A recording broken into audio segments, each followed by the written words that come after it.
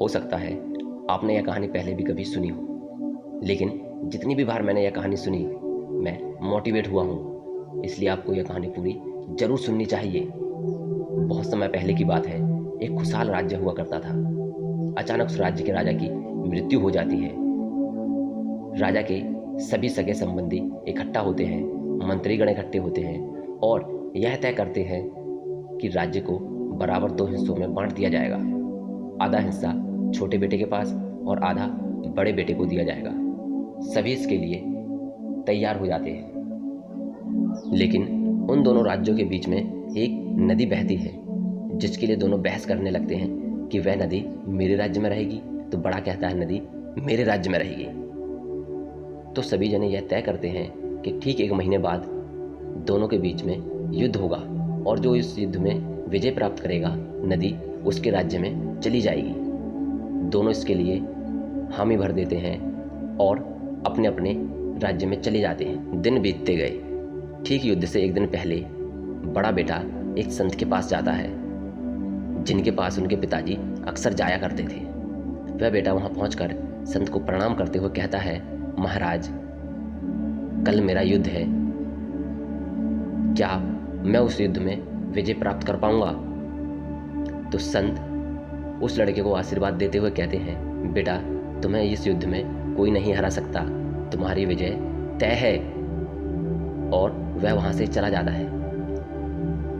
थोड़ी देर में छोटा बेटा वहां पहुंचता है, संत को प्रणाम करता है और संत से कहता है, महाराज, कल मेरा युद्ध है, क्या मैं उस युद्ध में जीत पाऊंगा? तो संत कहते हैं, नहीं, तुम इस युद्ध में हार जाओगे।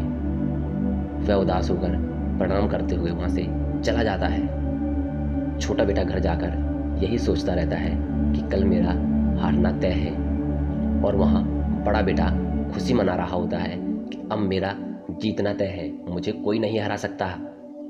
बड़ा बेटा आराम से चैन की नींद सो जाता है और छोटे बेटे को नींद ही नहीं आती। वह सारी रात सोचता रहता है कि मैं क्या करूं, मेरा हारना तो अब तय है। तो वह रात को सोचता है, जब हारना ही तय है तो क्यों ना पूरी जी जान से लड़ा जाए, पूरी हिम्मत के साथ लड़ा जाए। दूसरी सुबह युद्ध के लिए दोनों को बुलाया जाता है। बड़ा बेटा मैदान में उछलता कूदता हुआ आता है, यह सोचकर कि मेरा जीतना तो तय है। वहीं छोटा बेटा यह सोचकर आता है कि जब हारना ही है तो पूरा जी जान से क्यों न लड़ा जाए। दोनों के बीच युद्ध होता है।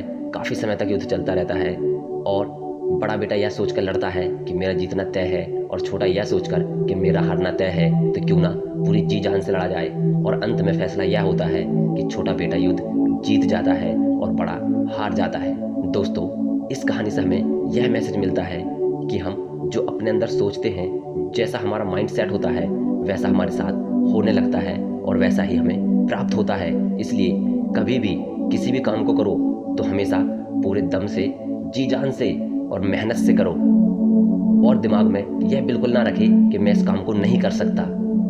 अगर जरा सा भी तुम्हारे दिमाग में यह आया कि मैं इस काम को नहीं कर सकता, तो 100% आप उस काम को नहीं कर पाओगे। इसलिए हमेशा अपने दिमाग में यह बात रखें कि मैं इसे कर सकता हूँ, मैं एक दिन इसे करके दिखाऊंगा, और आप वह जरूर कर सकते हो और कर पाओगे। दोस्तों, कहानी अच्छी लगी हो तो चैनल को सब्सक्राइब जरूर करें। जय हिंद, वंदे मातरम।